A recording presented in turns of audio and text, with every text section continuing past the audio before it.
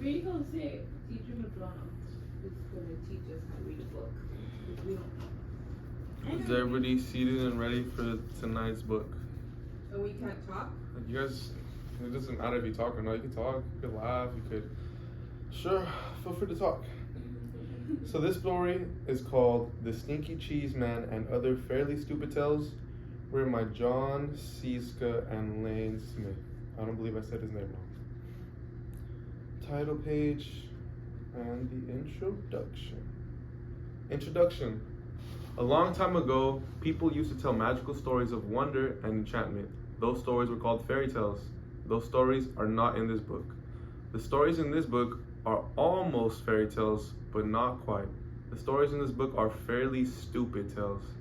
I mean, what else would you call a story like Goldilocks and the Three Elephants? This girl walking through the woods smells peanut porridge cooking. She decides to break into the elephant's house, eat the porridge, sit in the chairs, and sleep in the beds. But when she gets in the house, she can't climb up on the baby elephant's chair because it's too big. She can't climb up on the mama elephant's chair because it's much too big.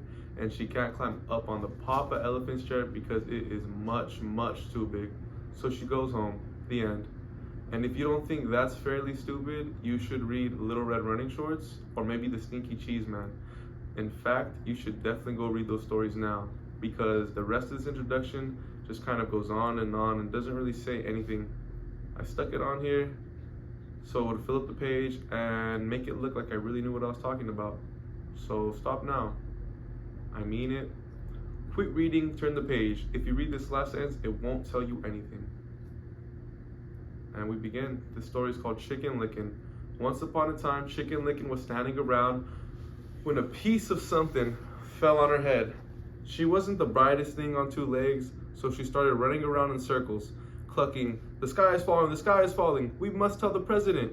Chicken Lickin' ran to her friend Ducky Lucky and clucked, "Ducky Lucky, Ducky Lucky, the sky is falling, the sky is falling, we must tell the president." "Let's go," quacked Ducky Lucky. Chicken Lickin' and Ducky Lucky ran to their friend Goosey Lucy and yelled, "Goosey Lucy, Goosey Lucy, the sky is falling, the sky is falling, we must tell the president." "Let's go," honked Goosey Lucy. Chicken Lickin', Ducky Lucky, and Goosey Lucy ran to their friend Cocky Locky and yelled, "Cocky Locky, Cocky Locky, the sky is falling, the sky is falling, we must tell the president." "Let's go," crowed Cocky Locky. Wait a minute, cried Jack the narrator. "I forgot the table of contents. I forgot the table of contents." "Hey, you're not in this story," said Chicken Lickin'. "I know," said Jack the narrator, "but I came to warn you. The table of contents is..." "The sky is falling, the sky is falling," clucked Chicken Lickin'. "We must tell the president." So Chicken Lickin', Ducky Lucky, Goosey Lucy, and Cocky Lock ignored Jack the narrator and ran off to catch a plane to Washington. Just outside the airport, they met Foxy Loxy. "Foxy Loxy, Foxy Loxy, the sky is falling, the sky is falling, we must tell the president," yelled Chicken Lickin', Ducky Lucky, Goosey Lucy, and Cocky Locky. "Well, come with me," said Foxy Loxy. "I know a shortcut to the airport." Foxy Loxy led Chicken Lickin', Ducky Lucky, Goosey Lucy, and Cocky Locky to his cave. He didn't get to eat them though, because Chicken Lickin' was almost right. The sky wasn't falling. The table of contents was. It fell and squashed everybody. The end. This story is called The Princess and the Bowling Ball. Once upon a time, there was a prince, and the prince's dad and mom, the king and queen, somehow got into their royal heads that no princess would be good enough for their boy unless she could feel a pea through 100 mattresses. So it should come as no surprise that the prince had a very hard time finding a princess. Every time he met a nice girl, his mom and dad would pile 100 mattresses on top of a single pea and then invite her to sleep over. When the princess came down for breakfast, the queen would ask, "How did you sleep, dear?" And the princess would politely say, "Fine, thank you." And the king would show her the door. Now this went on for 3 years. And of course, nobody ever felt the pea under 100 mattresses. Then one day, the prince met the girl of his dreams. He decided he better do something about it. That night before the princess went to bed, the prince slipped a bowling ball under the 100 mattresses. When the princess came down for breakfast the next morning, the queen asked, "How did you sleep, dear?" "This might sound odd," said the princess, "but I think you need another mattress. I felt like I was sleeping on a lump as big as a bowling ball." The king and queen were satisfied. The prince and princess were married, and everyone lived happily, though maybe not completely honestly, ever after. The end. What? And this story is called The Really Ugly Duckling. Once upon a time, there was a mother duck and a father duck who had 7 baby ducklings. 6 of them were regular looking ducklings. The 7th was a really ugly duckling. Everyone used to say, "What a nice looking bunch of ducklings," all except that one. "Boy, he's really ugly." The really ugly duckling heard these people, but he didn't care. He knew that one day he would probably grow up to be a swan and be bigger and look better than anything in the pond. Well, as it turned out, he was really just a really ugly duckling, and he grew up to be a really ugly duck. The end. This next story is called The Other Frog Prince. Once upon a time, there was a frog. One day, when he was sitting on his lily pad, he saw a beautiful princess sitting by the pond. He hopped in the water, swam over to her, and poked his head out of the weeds. "Pardon me, oh beautiful princess," he said in the most sad and pathetic voice. "I wonder if you could help me." The princess was about to jump up and run, but she felt very sorry for the frog with the sad and pathetic voice. So she asked, "What can I do to help you, little frog?" "Well," said the frog, "I'm not really a frog, but a handsome prince who was turned into a frog by a wicked witch's spell, and the spell can only be broken by the kiss of a beautiful princess." The princess thought about this for a second, and then lifted the frog for the pond and kissed him. "I was just kidding," said the frog. He jumped back into the pond, and the princess wiped the frog slime off of her lips. The end. This next story is called Little Red Running Shorts.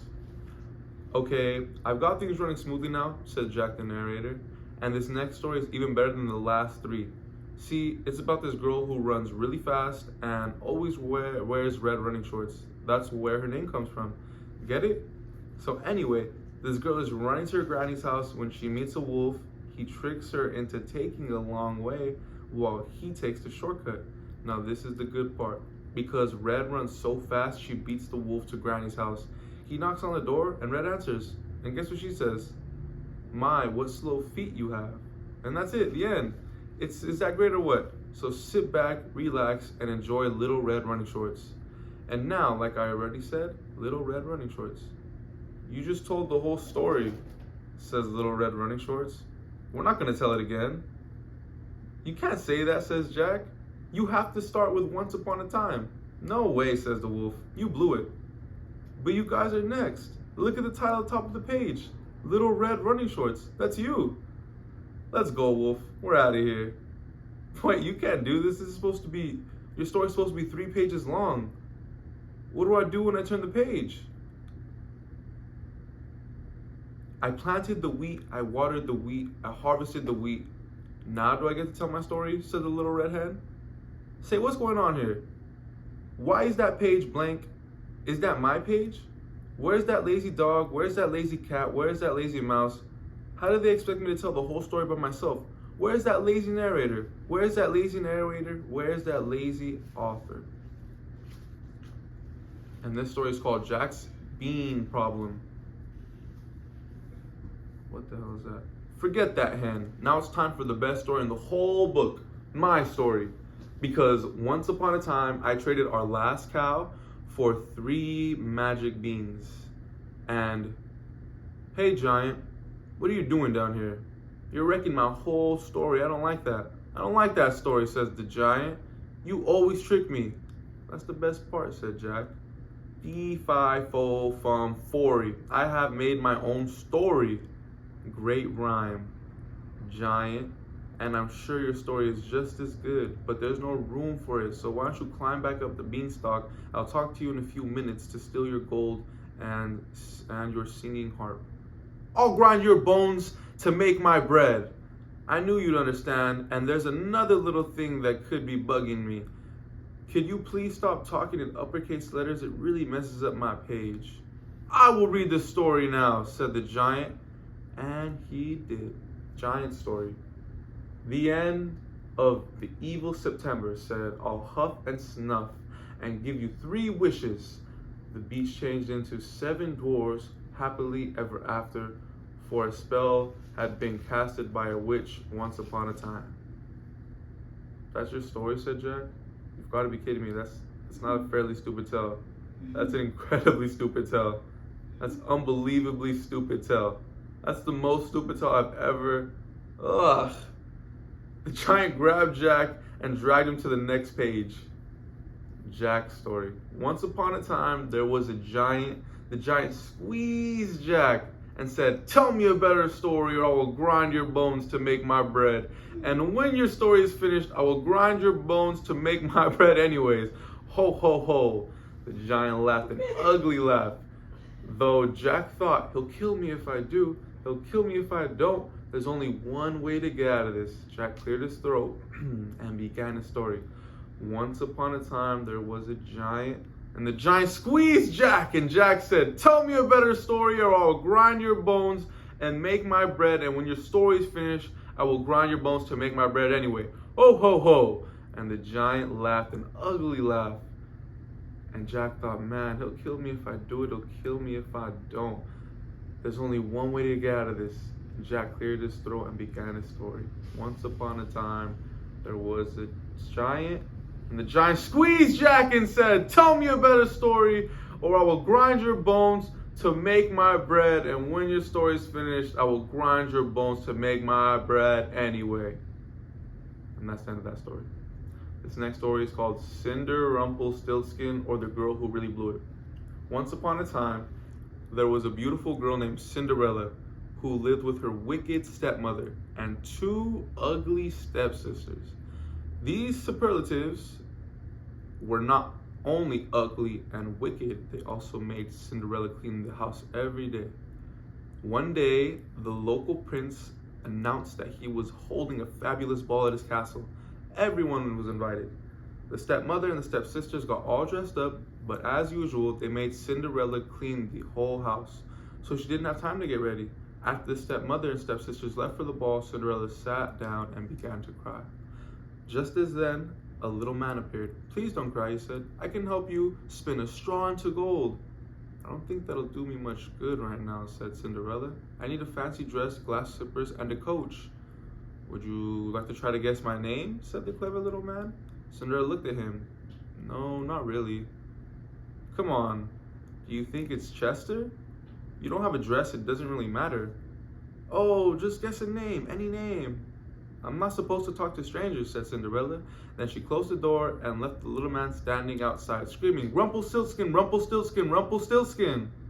When the stepmother and stepsisters got home from the ball, Cinderella told them about the strange little man. They still made her clean the house and meaner. Still, they changed her name to Cinderumpelstiltskin. The end. This story is called The Tortoise and the Hare. Once upon a time, there was a tortoise who was very slow but very dependable.